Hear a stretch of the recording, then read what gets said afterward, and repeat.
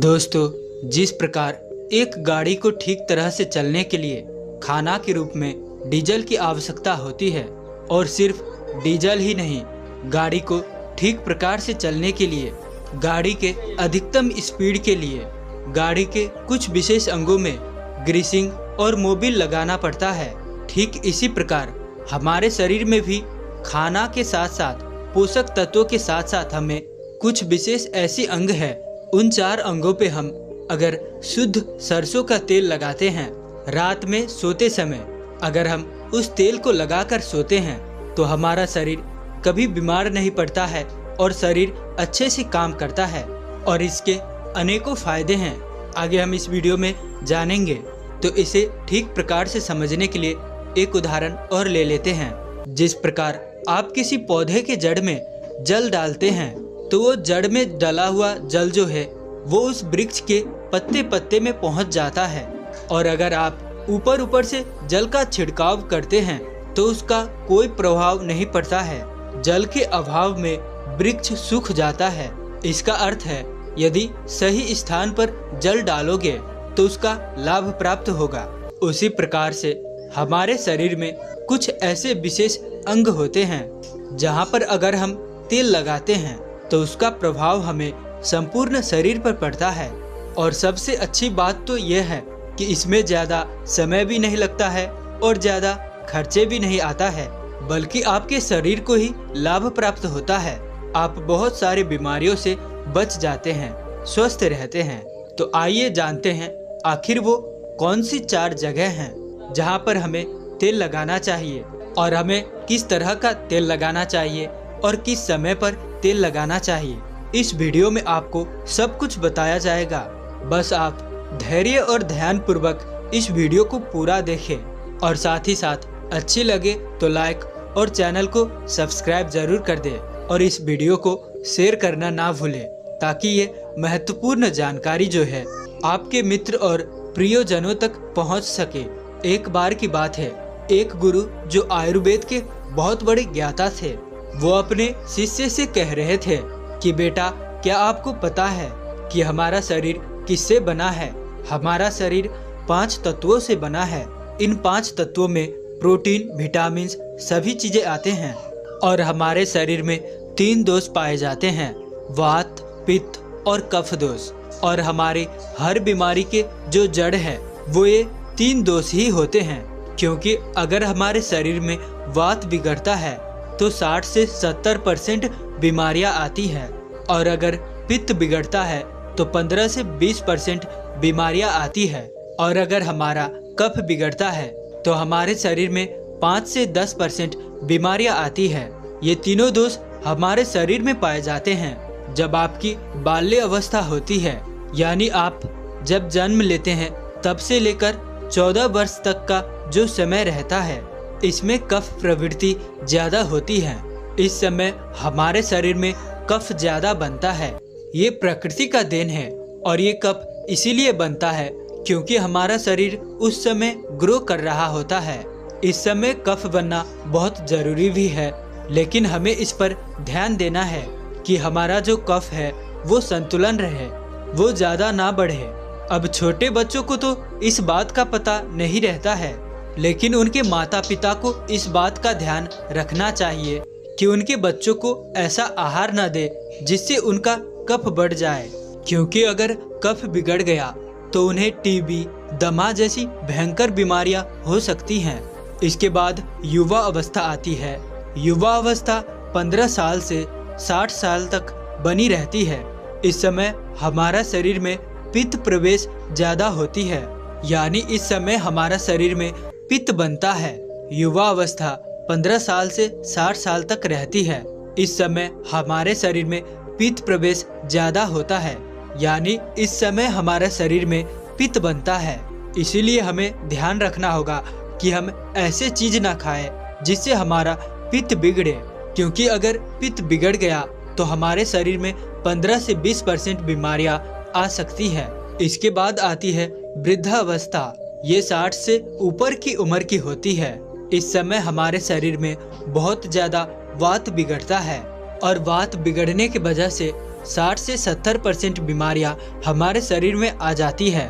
5 तत्व और 3 दोषों में जब भी कोई कमी आती है तभी हमारा शरीर बीमार पड़ता है, अन्यथा हमारा शरीर बीमार नहीं होता है। बहुत से लोग कहते हैं कि भगवान ने हमें ये कष्ट दिया है, वो कष्ट दिया है, इतनी बीमारियां दे दी, टीबी दे दी, कैंसर, थायराइड दे दिया। लेकिन ये सारी बीमारियां इंसान ही पालता है, क्योंकि हमारी प्रकृति तो यही कहती है कि आप प्रकृति से सीधे प्राप्त भोज्य पदार्थ खाएं। लेकिन आप क्या करते हैं? आप पिज्जा, बर्गर, चाउमीन, तला भुना खाते रहते हैं। वेद कहता है कि आप पानी पीने का सही तरीका अपनाएं, लेकिन नहीं, आपको तो फ्रिज का पानी पीना है, कोल्ड ड्रिंक पीनी है। अगर आप प्रकृति के नियमों के हिसाब से नहीं चलेंगे, आयुर्वेद के नियमों को नहीं अपनाएंगे, तो आपका शरीर तो बीमार होगा ही। इसमें भगवान क्या कर सकते हैं? लेकिन अगर आप आयुर्वेदों के नियमों को अपने जीवन में अपना लेते हैं तो जीवन भर आपका शरीर बीमार नहीं पड़ेगा। फिर गुरु कहते हैं, आज मैं तुम्हें ऐसे 4 अंग बताऊंगा जहां पर तेल लगाने से आपके शरीर में कभी कोई बीमारी नहीं होगी और इससे आपके तीनों दोष भी संतुलन में रहेंगे और आपके शरीर में कभी भी 5 तत्वों की कमी नहीं आएगी। बच्चों, जो 4 अंग है उनमें से सबसे पहला है आपकी नाभि, दूसरा है आपके पेट के तलवे, तीसरा है आपकी नासिक और चौथा है आपके सिर। ये 4 सबसे महत्वपूर्ण अंग है और इन चारों अंगों पर आपको तेल लगाना है। लेकिन आपको ये ध्यान रखना है कि कब और कैसे लगाना है। तो सबसे पहले हम जानते हैं नाभि के बारे में। बच्चों, ये आपके शरीर का सबसे महत्वपूर्ण अंग है, क्योंकि ये आपकी 72,000 नाड़ियों का केंद्र बिंदु है। ये एक ऐसा केंद्र बिंदु है जो सबसे अधिक नाड़ियों से जुड़ा हुआ है। ये जो आपकी नाभि है वो आपके पूरे शरीर से संबंधित है। जब आप नाभि में तेल का प्रयोग करते हैं तो उससे शरीर की पूरी नाड़ियां प्रभावित होती है। पूरे शरीर में ठीक प्रकार से ऊर्जा का संचार होता है। आप और भी ऊर्जावान और जवान महसूस करते हैं।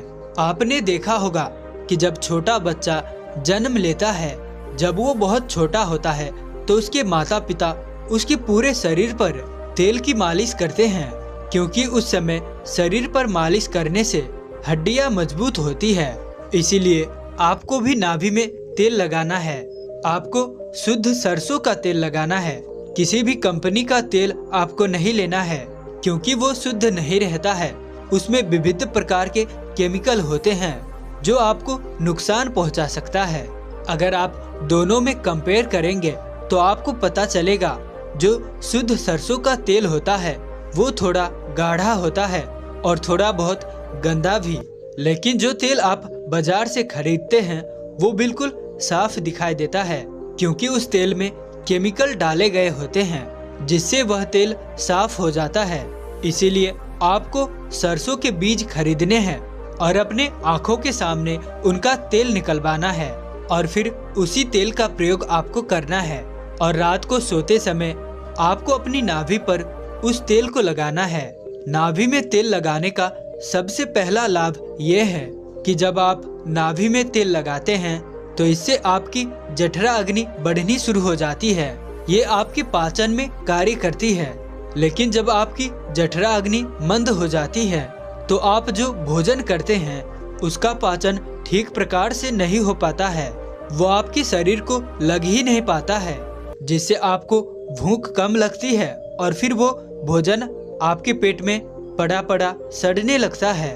तो नाभि में तेल लगाने से ये जो जठरा अग्नि है वो बढ़नी शुरू हो जाती है और भोजन के पोषक तत्व आपको शोषित होकर पूरे शरीर में ठीक प्रकार से लग पाता है। और जब भोजन ठीक प्रकार से पचता है तो उससे जो पाचक रस निकलते हैं वो भी ठीक मात्रा में निकलते हैं और आपके शरीर में पोषक तत्वों की पूर्ति करते हैं, जिससे शरीर के विभिन्न भागों पर, पूरे शरीर पर उसका प्रभाव होता है। नाभि में तेल लगाने के दूसरे फायदे ये हैं कि इससे आपके अपान वायु संचालित होते हैं। अपान वायु नाभि के नीचे के क्षेत्र में कार्य करने वाली होती है। ये मलों के निष्कासन से संबंधित है, यानी कि ये आपके शरीर से टॉक्सिन्स को बाहर निकालने का कार्य करती है। तो जिन लोगों को कब्ज की परेशानी होती है, ठीक प्रकार से मल निष्कासन नहीं होती है, कॉन्स्टिपेशन रहती है, उनके लिए बहुत कारगर है। और पीरियड के टाइम में जो महिलाओं को अधिक वेदना होती है, उसमें भी ये उपयोगी है। और मूत्र विकार, यूरिन से संबंधित किसी भी समस्या अगर आपको या फिर किसी भी व्यक्ति को रहती है तो उसके लिए भी ये उपयोगी है। तो ये अपान वायु को संतुलित करता है, जिससे विभिन्न प्रकार के फायदे मिलते हैं। नाभि में तेल लगाने का तीसरा सबसे बड़ा फायदा ये है कि इससे हमारे त्वचा अच्छी रहती है, त्वचा पर ग्लो आता है।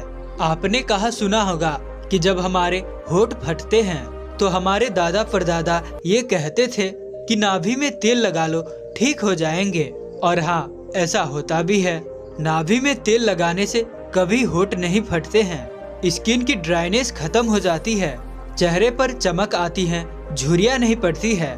इसके अलावा हमारे शरीर में 72,000 नाड़ियां हैं। जब ये रुक जाती हैं, अवरुद्ध हो जाती है, तो इनमें प्राण का संचार ठीक प्रकार से नहीं होता है। जब ठीक प्रकार से प्राण संचार नहीं होता है, जिससे आपको आलस आने लगता है, ऊर्जा की कमी आपको महसूस होती है और आपका मस्तिष्क ठीक से काम नहीं कर पाता है। और ऐसा इसीलिए होता है क्योंकि ये जो 72,000 नाड़ियां हैं, ये सीधे आपके दिमाग से जुड़े हुए होते हैं। और जब आप नाभि में तेल लगाते हैं तो ये नाड़ियां खुल जाती है। इससे प्राण का संचार ठीक होता है और शरीर ऊर्जावान बनता है। मस्तिष्क बहुत ही अच्छे से कार्य करता है। दूसरा स्थान है आपके पेड़ों के तलवे। सारी नसें पेड़ों के तलवे से जुड़ी हुई होती है। इसीलिए कहा जाता है कि जो सुबह सुबह मॉर्निंग वॉक करता है, नंगे पांव हरी घास पर या फिर मिट्टी जमीन पर चलता है, तो उसकी आंखों की रोशनी कभी कम नहीं होती है। और आपको पेड़ के तलवे पर यही शुद्ध सरसों का तेल लगाना है। जब आप सोने जाए तो सबसे पहले अपने पेड़ों को गुनगुने पानी से धो ले, फिर उन पेड़ों को अच्छे से पोंछ लेना है। पोंछने के बाद जब आपके पेड़ एकदम सूख जाए, तब आपको एक कटोरी में सरसों के तेल लेना है और उसे अपने पेड़ों के तलवों पर लगाना है। इसके बाद में अगर आपके घर में कांसे की कटोरी है तो उससे अपने पेड़ों में मालिश करनी है, क्योंकि कांसे के बर्तन से शरीर में जितने भी विषाक्तता रहती है वो बाहर आ जाती है। कांसे के बर्तन से जब हम पेड़ों में घर्षण करते हैं तो आपके पेड़ थोड़े काले होने शुरू होते हैं। इससे शरीर में विषाक्तता कम होता है। जिसके पैर के तलवे कम काले होते हैं उसके शरीर में विषाक्तता कम होती है, और जिनके पेड़ों के तलवे ज्यादा काले होते हैं उनके शरीर में विषाक्त ज्यादा रहती है। अगर आपके घर में आपकी माता है, आपकी पत्नी है, तो उनसे आप अपने पैरों के तलवों की अच्छे से मालिश करवाइए। और अगर नहीं है तो आप स्वयं भी अपनी मालिश कर सकते हैं। जब आप 5 मिनट तक अपने पैरों की मालिश करते हैं तो आप देखेंगे कि आपको तुरंत नींद आना शुरू हो जाती है। जो लोग सोने के लिए नींद का दवाई का प्रयोग करते हैं, जिनको चिंता है, डिप्रेशन है, जिसकी वजह से उनको नींद नहीं आती है, जिनकी याददाश्त कमजोर रहती है, दिमाग से संबंधित कोई भी परेशानी होती है, तो वो ये सब खत्म हो जाती है। जब आप सोएंगे तो सीधा 4 बजे सुबह आपकी आंखें खुलेंगी, आपको गहरी और अच्छी नींद आएगी, आपकी चिंता, डिप्रेशन सब खत्म हो जाएगा। तो अब चलिए जानते हैं तीसरा अंग जहाँ पे हमको तेल लगाना है, वो है हमारा सर। सर्दियों के मौसम में जब आप शाम को नहीं नहाते हैं, लेकिन आप गर्मियों के मौसम में शाम को अवश्य नहाते हैं, तो नहाने के बाद अपने बालों को अच्छे से सुखा ले। बालों में पानी नहीं रहना चाहिए। उसके बाद आपको अपने सर में वही शुद्ध सरसों का तेल लगाना है। आप जो ये विविध प्रकार के तेल लगाते हैं वे केमिकल से भरे हुए होते हैं। आजकल कंपनियां ऐड दिखा दिखा कर लोगों को अपनी तरफ आकर्षित करते हैं, लेकिन जो ये सारे के सारे ऑयल है वो केमिकल से भरे हुए होते हैं। इनसे हमारे बालों को बहुत नुकसान पहुंचता है। आपको शुद्ध सरसों का तेल अपने सिर में लगाना है, इसकी अच्छे से मालिश करनी है। इससे आपकी थकान दूर होगी और आपको अच्छी और गहरी नींद आएगी। आपके बाल काले व घने होंगे। आपको नींद अच्छी व गहरी आएगी। आपकी याददाश्त, आपकी दिमाग की शक्ति मजबूत होगी। शरीर में शक्ति का संचार होगा। आपको कभी भी हेयर फॉल की प्रॉब्लम नहीं होगी। जब आप बालों की जड़ों में तेल लगाते हैं तो इससे ब्लड का सर्कुलेशन बढ़ जाता है, और जब ब्लड का सर्कुलेशन बढ़ता है तो वहाँ पे अत्यधिक मात्रा में ऑक्सीजन पहुँचते हैं, न्यूट्रिएंट्स पहुँचते हैं, और वो अंग स्वस्थ होना शुरू हो जाता है। उसके बाद गुरु उन सभी बच्चों को कहते हैं कि हमारे शरीर का आखिरी अंग जहाँ पे हमें तेल लगाना चाहिए वो है हमारी नासिका, यानी कि नाक। नाक आपके सर तक पहुँचने का मार्ग है। इससे हमारा दिमाग प्रभावित होता है। तो बच्चों, अगर आपको शुद्ध देसी गाय का घी मिल जाता है तो आप तेल की जगह घी का भी प्रयोग कर सकते हैं। आपको रात को सोते समय शुद्ध देसी गाय का घी एक एक बूंद अपने दोनों नाक में डाल लेनी है।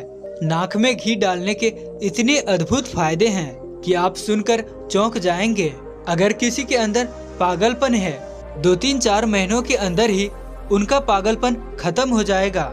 यदि किसी के कान के पर्दे में छेद है, वो भी बिना ऑपरेशन के 3 से 4 महीने में ठीक हो जाएगा।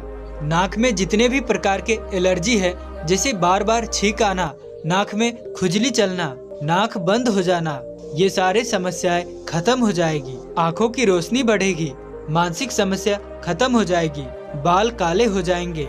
इसके बाद वह गुरु अपने सभी शिष्यों से कहते हैं, बच्चों, अगर आप अपने शरीर के इन चारों अंगों पर नियमित रूप से सरसों का तेल लगाते हैं तो इससे आपके शरीर में जितनी भी विषाक्तता है वो बाहर आ जाती है और आपका शरीर कभी भी बीमार नहीं होगा। आप हमेशा ऊर्जा से भरपूर बने रहेंगे, स्वस्थ व मजबूत होंगे। इस वीडियो को देखने के लिए मैं किशन शर्मा आप सभी का दिल से बहुत बहुत धन्यवाद करता हूँ। वीडियो कैसा लगा कमेंट में बताएं। अगर वीडियो को लाइक नहीं किया है तो प्लीज लाइक कर दे, और चैनल पर नए हैं तो चैनल को सब्सक्राइब भी जरूर कर दे। तो मिलते हैं ऐसी किसी और नई वीडियो में, तब तक के लिए अपना ख्याल रखें। धन्यवाद।